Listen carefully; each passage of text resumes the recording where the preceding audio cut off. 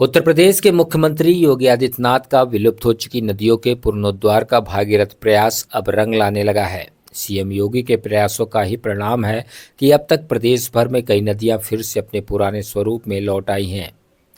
भारतीय संस्कृति में भी नदियों को केवल जलाधाराएं नहीं बल्कि जीवनदायिनी शक्तियां माना गया है। सीएम योगी ने इसे ही आत्मसात करते हुए एक जनपद एक नदी अभियान की शुरुआत की। इसी क्रम में मुख्यमंत्री योगी आदित्यनाथ के मिशन को विजन के रूप में धरातल पर उतारने के लिए जौनपुर में गोमती नदी की सहायक पीली नदी का जन सहयोग से पुनरुद्धार किया गया।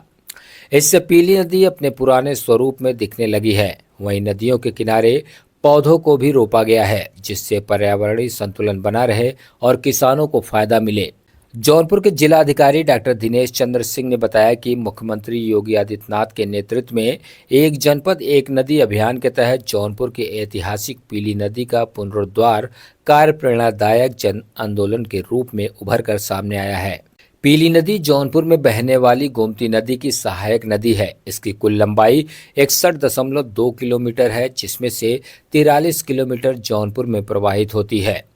यह नदी बदलापुर तहसील के देहुड़ा गांव से निकलकर भलुआ, खानपुर, बहूर, सिरकना, रामपुर आदि गांव से गुजरती हुई बेलवा गांव के पास गोमती नदी में मिल जाती है। सांस्कृतिक दृष्टि से यह नदी जौनपुर की सामाजिक स्मृतियों में गहराई से रची बसी है।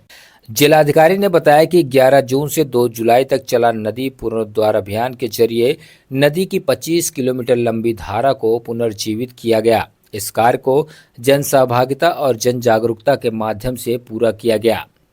पीली नदी के किनारे स्थित ग्राम देवरिया में प्राचीन शिव मंदिर का जीर्णोद्धार भी अभियान का हिस्सा रहा। ऐसे में सावन मास से पहले जीर्णोद्धार का संकल्प लिया गया, जिसमें क्षेत्र की धार्मिक आस्था को भी बल मिलेगा। जिलाधिकारी ने यह भी बताया कि पीली नदी का उद्गम सुल्तानपुर प्रतापगढ़ के मुरैनी ताल से हुआ है। इसकी कुल लंबाई करीब 70 किलोमीटर है, जबकि जौनपुर में 43 किलोमीटर लंबी है। वहीं मुख्यमंत्री योगी आदित्यनाथ के निर्देश पर नदी के दोनों किनारों पर हरियाली बढ़ाने और पारिस्थितिक संतुलन बनाने के लिए एक पेड़ मां के नाम अभियान के तहत 11,000 पौधे लगाए गए। इसके साथ ही 15 अगस्त तक कुल 51,000 वृक्षारोपण का लक्ष्य निर्धारित किया गया है।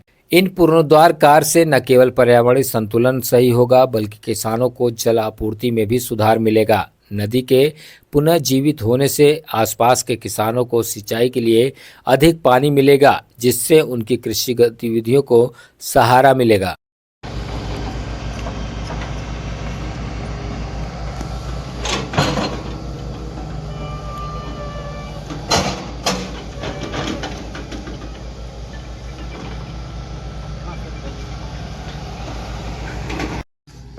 तो बहुत बड़ा काम हो गया।